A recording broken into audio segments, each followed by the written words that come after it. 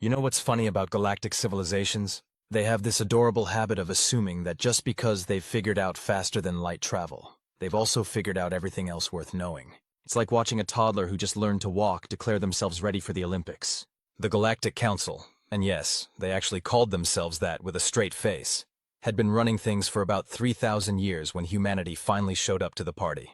3 millennia of bureaucratic meetings, committee formations, and the kind of mind-numbing administrative processes that would make a DMV employee weep with envy. "Another primitive species requests admission," announced Counselor Vexthara, her crystalline form refracting the chamber's light in what probably passed for dramatic effect on her homeworld. "They call themselves humans." The assembled representatives performed their species equivalent of collective eye-rolling. The Zephyrians fluttered their membranes dismissively. The Karathi made that grinding noise with their carapaces that sounded like someone trying to start a broken lawnmower. Even the Etherians, who didn't technically have physical forms, managed to convey profound boredom through their energy signatures.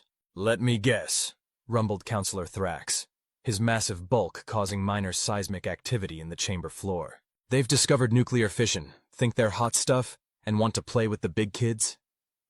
"Actually," Vexthara consulted her data crystal with the enthusiasm of someone reading a grocery list, "they claim to have something called railguns."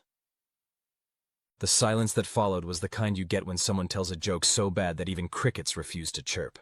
It was a silence pregnant with the collective intellectual superiority of beings who had mastered antimatter propulsion, reality-bending technology, and interdimensional mathematics. "Railguns," repeated Counselor Zixlam, his tentacles writhing in what his species considered sophisticated amusement. "How quaint.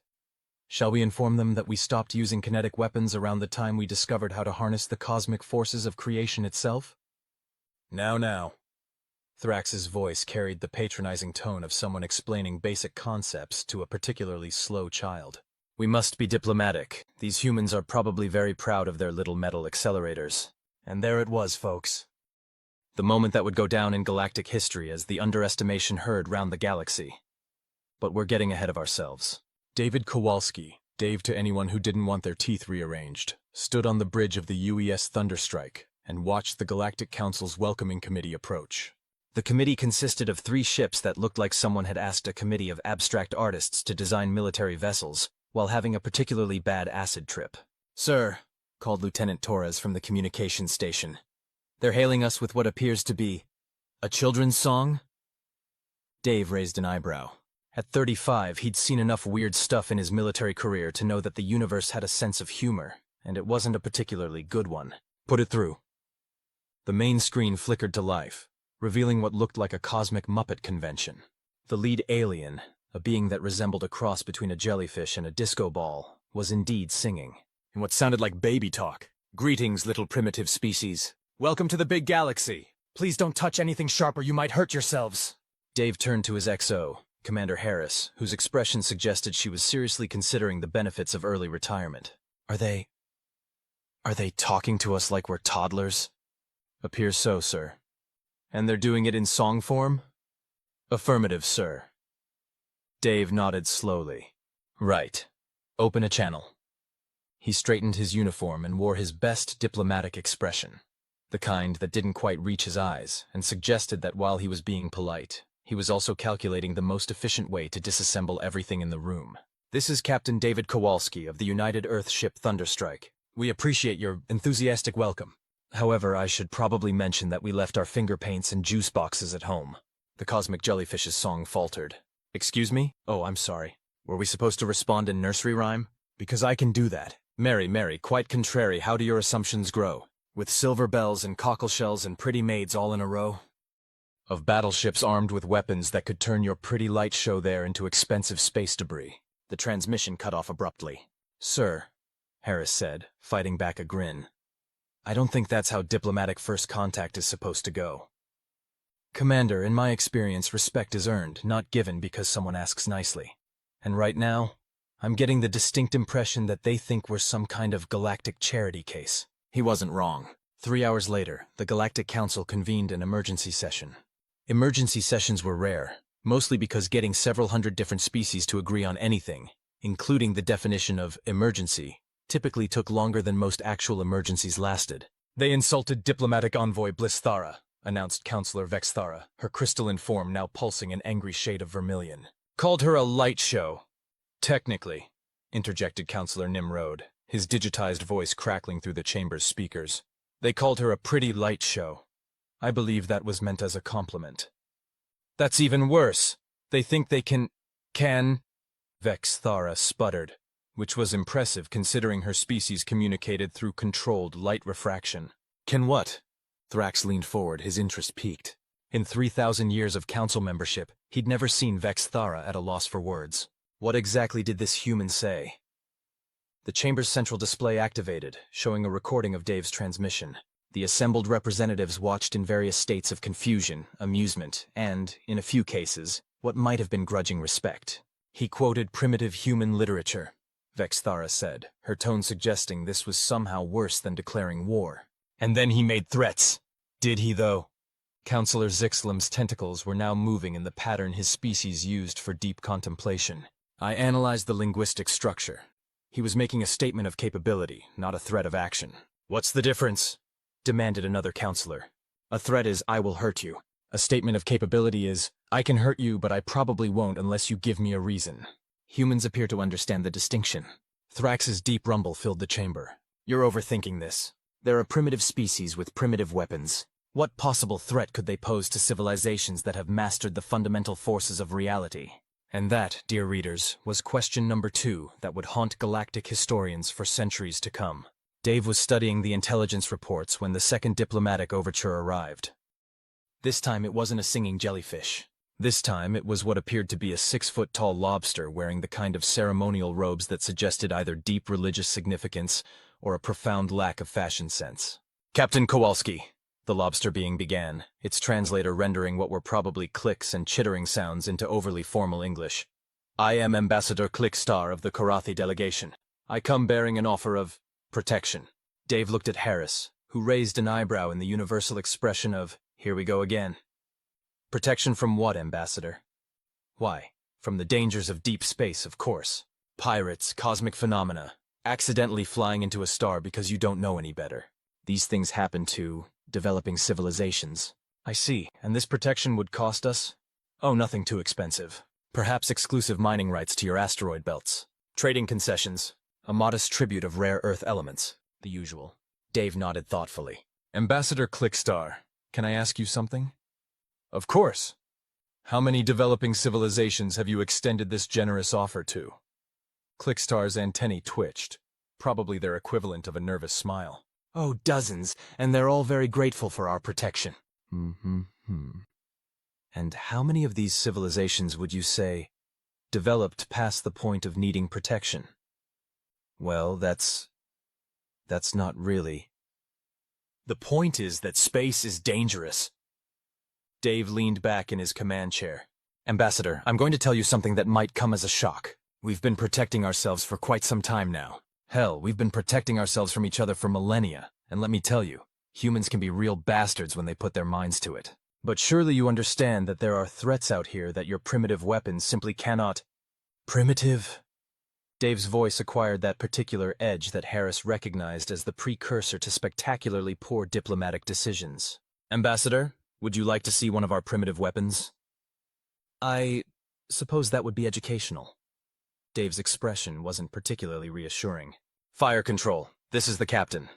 Fire control, aye, sir. Please target that convenient asteroid approximately 50,000 kilometers off our starboard bow. Standard railgun, minimal charge. Aye, sir. Target acquired. Through the view screen, Ambassador Clickstar could see the asteroid in question, a decent-sized chunk of rock and metal that had probably been drifting through space since the solar system formed. It looked solid. It looked permanent. It looked like the kind of thing that would take some serious firepower to effect. Fire. For a fraction of a second, there was a brilliant flash of light as the Railgun's magnetic accelerators sent a tungsten slug downrange at a significant percentage of the speed of light. The asteroid, which had been there for billions of years, suddenly wasn't. The quiet that followed stretched for several seconds. Ambassador, Dave said politely, you were saying something about primitive weapons? Clickstar's antennae were now doing something that the translation software couldn't quite parse, but which universal body language suggested meant, oh shit, oh shit, oh shit. That was That was just a small asteroid, the ambassador finally managed. Yes, Dave agreed. That was minimal charge.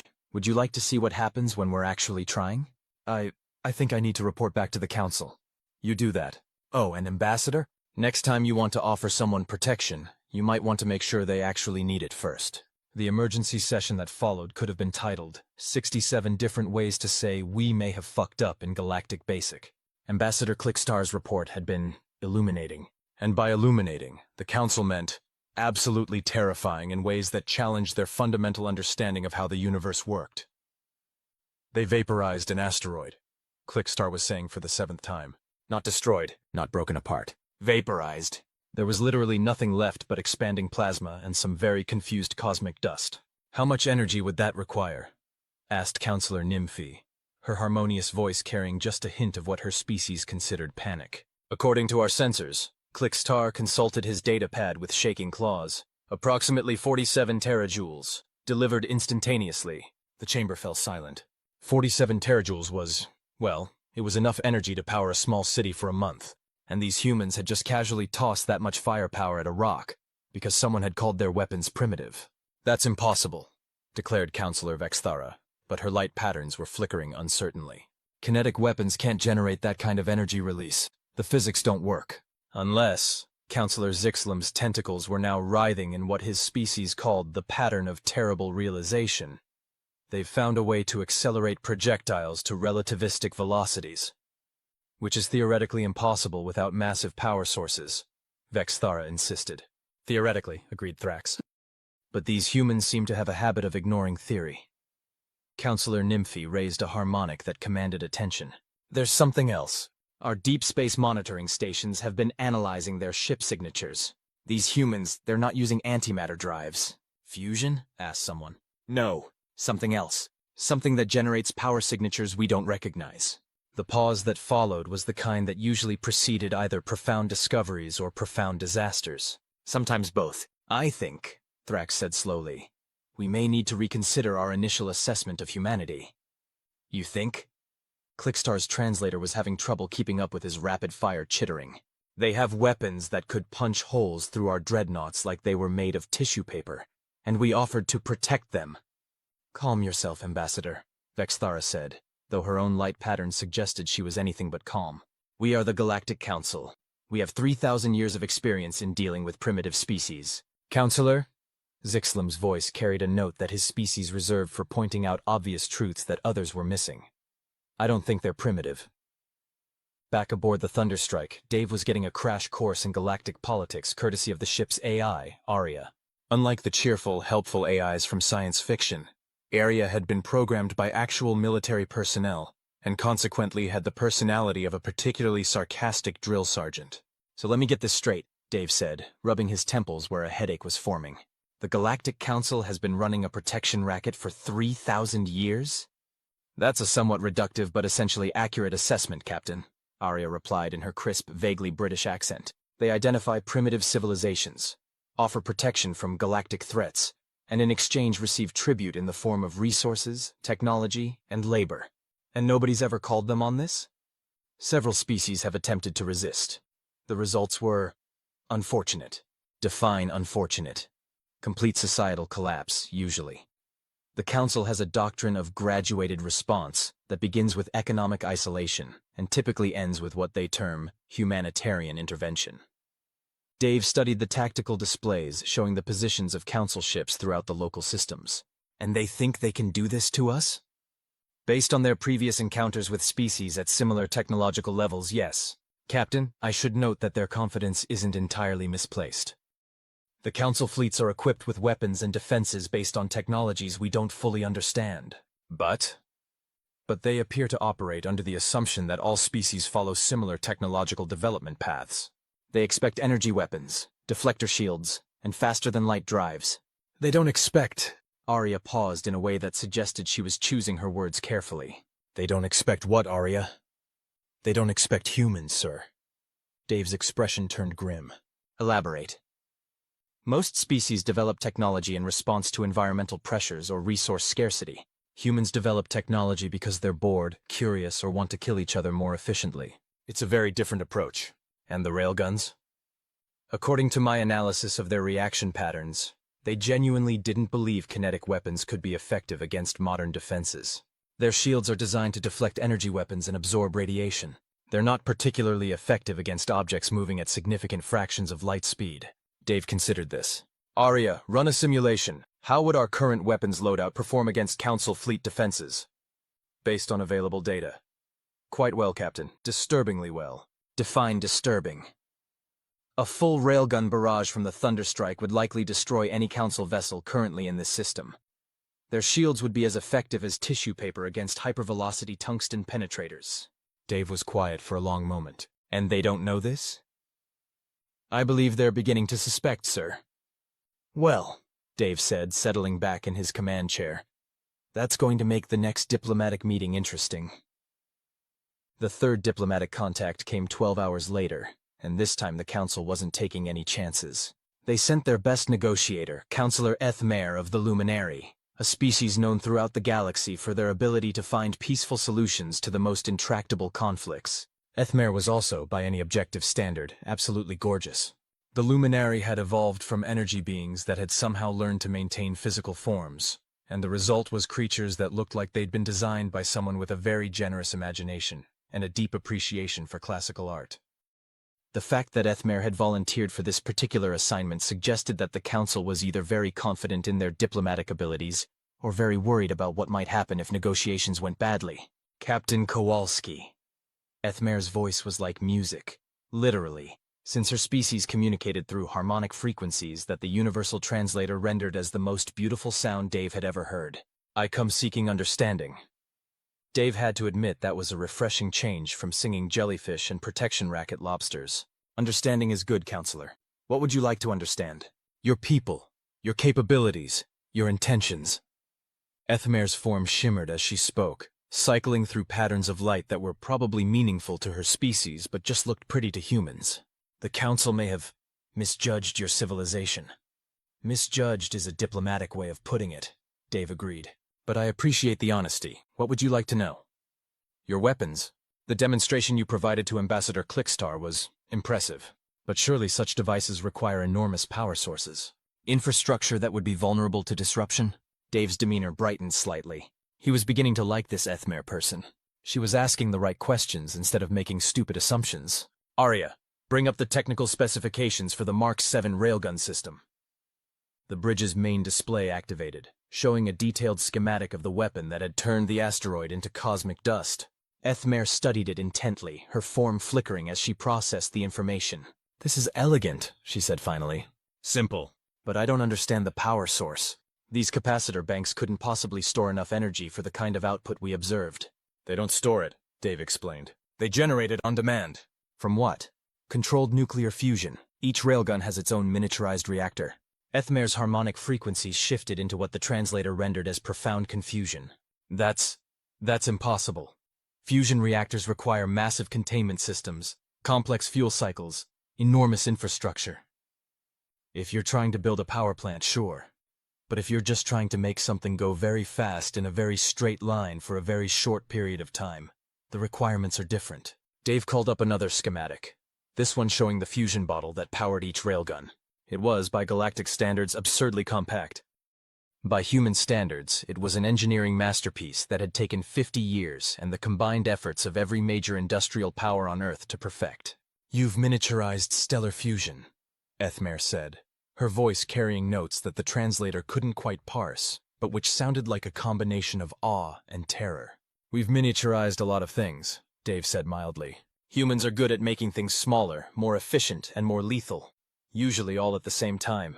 But the energy requirements for magnetic confinement alone. Who said anything about magnetic confinement? Dave's expression took on that particular quality that Harris recognized as his teaching moment face. Arya, show her the inertial confinement specs. The display shifted, showing the laser arrays and compression systems that made the miniaturized fusion possible. Ethmer's harmonic patterns became increasingly agitated as she processed the implications. You're using fusion-driven inertial confinement to power electromagnetic accelerators that fire relativistic projectiles, she said slowly. When you put it like that, it sounds almost reasonable. Captain, do you understand what you've accomplished?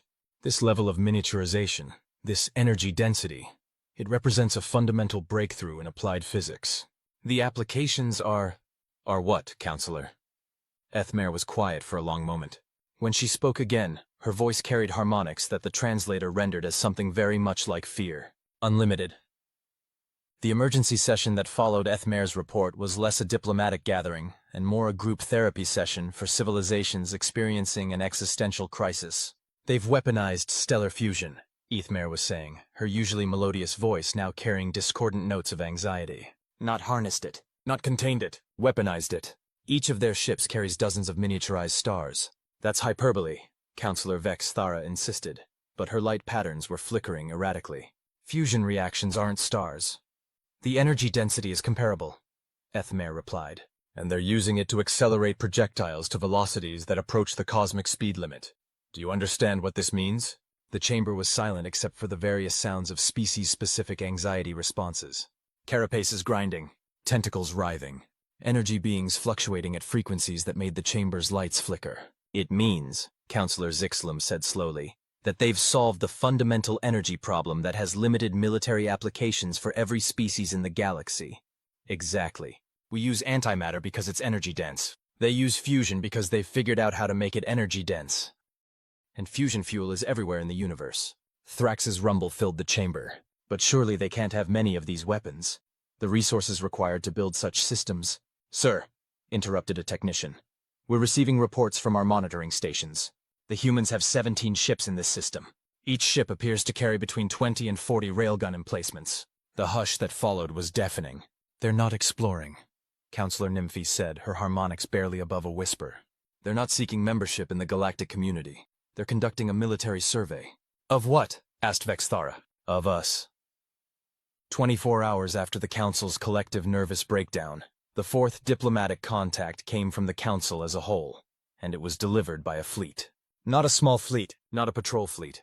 We are very serious about this conversation fleet, consisting of 3 dreadnoughts, a dozen heavy cruisers, and enough support vessels to suggest that someone in the Council chambers had decided that subtle diplomacy was no longer an option.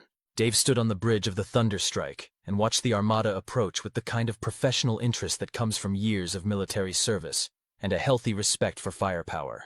Sir, reported Lieutenant Torres, they're broadcasting on all frequencies. The message is lengthy. Summarize it. They want to talk. That's it? Well, they also want us to surrender our weapons, submit to Council authority, accept integration into their governmental structure, provide full technical specifications for all our military systems, and agree to relocate our entire species to a world of their choosing. But mainly they want to talk. Dave nodded thoughtfully.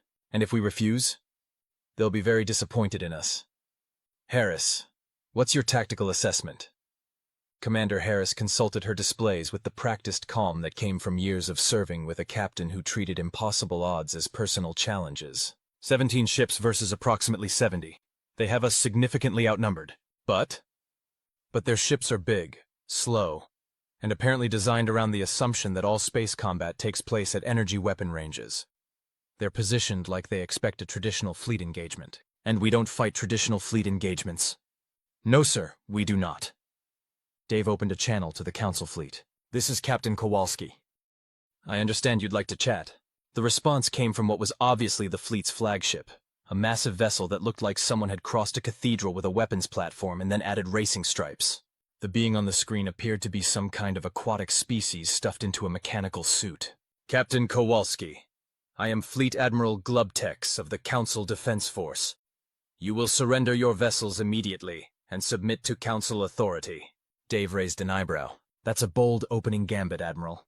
Can I ask what happens if I say no? Your species will be deemed a threat to galactic peace and stability. We will be forced to take action to neutralize that threat.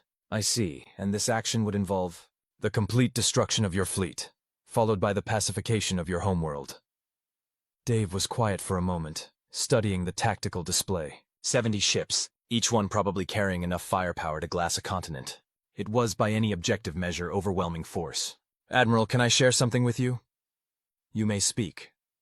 In human military doctrine, there's a concept called acceptable losses. It means that if you're going to win a fight, you accept that some of your people are going to die in the process. It's basic strategic thinking. I am familiar with the concept. Good. Now here's the thing. Humans have been fighting each other for thousands of years. We've gotten very good at calculating acceptable losses. And right now, looking at your fleet, I'm seeing a target-rich environment and acceptable losses of 0. Admiral Glubtek's mechanical suit made sounds that suggested either confusion or malfunction. You believe you can defeat this fleet without casualties? Admiral, I believe I can defeat this fleet before your weapons can even acquire targets. The transmission cut off. Dave turned to Harris. All ships, battle formation 7. Target the flagships first. I want their command structure disrupted. Minimum charge, minimum collateral damage. These people aren't evil, just stupid. Aye, sir. All ships reporting ready. Dave settled back in his command chair and opened a fleet-wide channel. Ladies and gentlemen, today we're going to teach the Galactic Council why humans don't do traditional fleet engagements. Fire at will. What happened next would be studied in military academies throughout the galaxy for centuries to come, usually under course titles like Asymmetric Warfare, or How Not to Fight Humans, or Why Assumptions Will Get You Killed. The Council fleet had positioned itself according to 3,000 years of established doctrine. Dreadnoughts in the center, cruisers in supporting positions, defensive screens forward, weapon batteries aligned for maximum energy weapon coverage. It was a formation that had proven effective against every threat they'd ever encountered. It was also completely useless against an enemy that didn't fight by the rules. The human fleet didn't advance. They didn't maneuver into traditional engagement range. They didn't even bother with the elaborate pre-battle communications that usually preceded galactic conflicts. They just started shooting. The first salvo came from maximum railgun range, approximately 2 light seconds, which was well beyond the effective range of any energy weapon in the Council arsenal.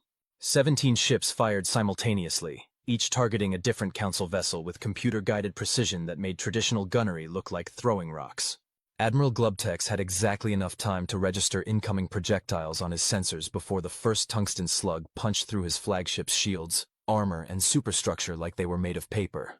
The slug was traveling at roughly 30% of light speed and carried enough kinetic energy to power a small star.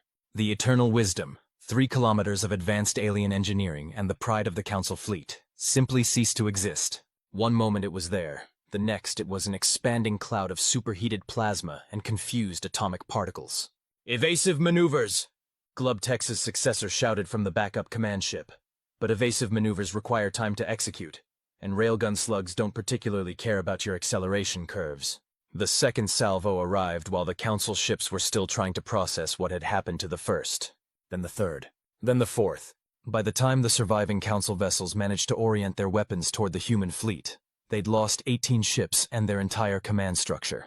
The remaining vessels found themselves trying to engage targets that were maintaining distance and firing with mechanical precision at intervals that suggested unlimited ammunition. "This is impossible!" screamed the acting fleet commander, a being whose species was not particularly known for emotional outbursts. "Kinetic weapons cannot have this range, this accuracy, this rate of fire!" "Sir," reported the tactical officer, "analysis of the projectiles indicates they're using guided munitions with onboard course correction systems." Guided kinetic projectiles? That's insane, sir? I was going to say brilliant, in a terrifying, sleep-depriving, civilization-ending sort of way. The acting commander watched another dreadnought disappear in a flash of light and superheated metal. "Signal general retreat. All vessels, emergency jump to rally point 7. Sir, the humans are hailing us. Put them through." Captain Kowalski's image appeared on the screen, and he looked about as casual as someone could while conducting what was technically an act of interstellar war. "Acting Commander, this is Captain Kowalski. I want you to take a message back to your council." Yes? "Tell them that humans don't negotiate from positions of weakness. If they want to talk, they can ask nicely. If they want to fight, they can bring more ships. A lot more ships. How many ships would be sufficient?" Dave's expression was not particularly reassuring. "All of them." The emergency session that followed the Battle of... well, nobody was quite sure what to call it since it had lasted approximately 7 minutes, and couldn't really be called a battle in any traditional sense. The emergency session that followed the incident was held in what the Council euphemistically called closed session, which meant that everyone was too embarrassed to let the general galactic public know what had happened. 52 ships, Councillor Vexthara was saying, her light patterns cycling through colors that had no pleasant translations. 52 ships destroyed in 7 minutes. 6 minutes and 37 seconds, corrected Councillor Nymphe. "I've reviewed the tactical recordings. The humans achieved complete tactical superiority in less than 4 minutes. The remaining time was spent systematically destroying our remaining vessels. They let 18 ships escape, pointed out Zixlem. That suggests either limited ammunition or a desire to send a message. What kind of message? The kind that says, we could have killed all of you.